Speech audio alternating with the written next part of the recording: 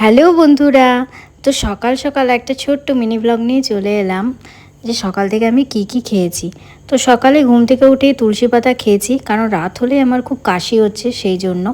তারপর অল্প একটু ড্রাই ফ্রুট, সাথে চিয়া সিড আর গরম জল। দেন আজকে না ব্রেকফাস্টটা তাড়াতাড়ি করে নেব। কালকে কোটের টিফিনটা দিয়েছিল, দেখিয়েছিলাম তোমাদেরকে, সেগুলো ফ্রিজের মধ্যেই রাখা ছিল, কিছুই খাইনি। তো সেখানে একটা এরকম স্যান্ডউইচ ছিল আর সাথে একটা প্যাটিস ছিল।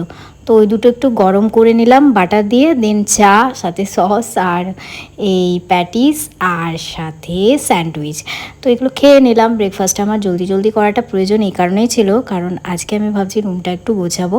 দেন মিড মর্নিংয়ে ওই 11টা সাড়ে 11টার দিকেই জুসটা খেয়েছিলাম, এটাও কালকে টিফিনের মধ্যে ছিল।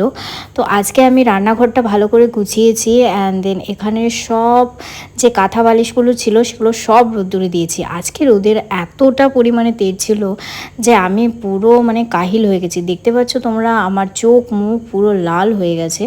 তো আমার খেতে খেতে আজকে অনেকটাই লেট হয়ে গেছে, প্রায় ঘড়িতে 3টের মতো বাজছিল, তখন আমি লাঞ্চ করছি। তো লাঞ্চে ছিল স্যালাড, সাথে ছিল ডিম ভাজা, ডিমের ভুর্জি।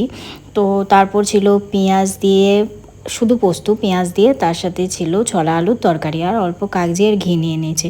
তো এটা আজকে আমার লাঞ্চের মেনু ছিল। দিন দুপুরবেলায় না আমি একটু ঘুমিয়ে পড়েছিলাম। বিকেল দিকে উঠলাম, বিকেল দিকে উঠে একটু ছাদে হাঁটাহাঁটি করলাম, একটু বাইরে থেকেও হেঁটে এসেছি। দেন সন্ধেবেলায় এই কুরকুরে পাঁপড় সাথে চা খেয়ে নিলাম। আজকে কিন্তু চন্দ্রগ্রহণ, তো আমাকে আবার গ্রহণ দেখতে নেই অনেকে বলছে, কাকিমা বলছিল নিচে, সেই জন্য আমি দেখিনি। দেন ওই অ্যাপেল সাইডার ভিনিগার খেয়ে নিলাম। ওই রাত্রি 9:30টার মধ্যে আমি আজকে খেয়ে নিয়েছি ওটসটা।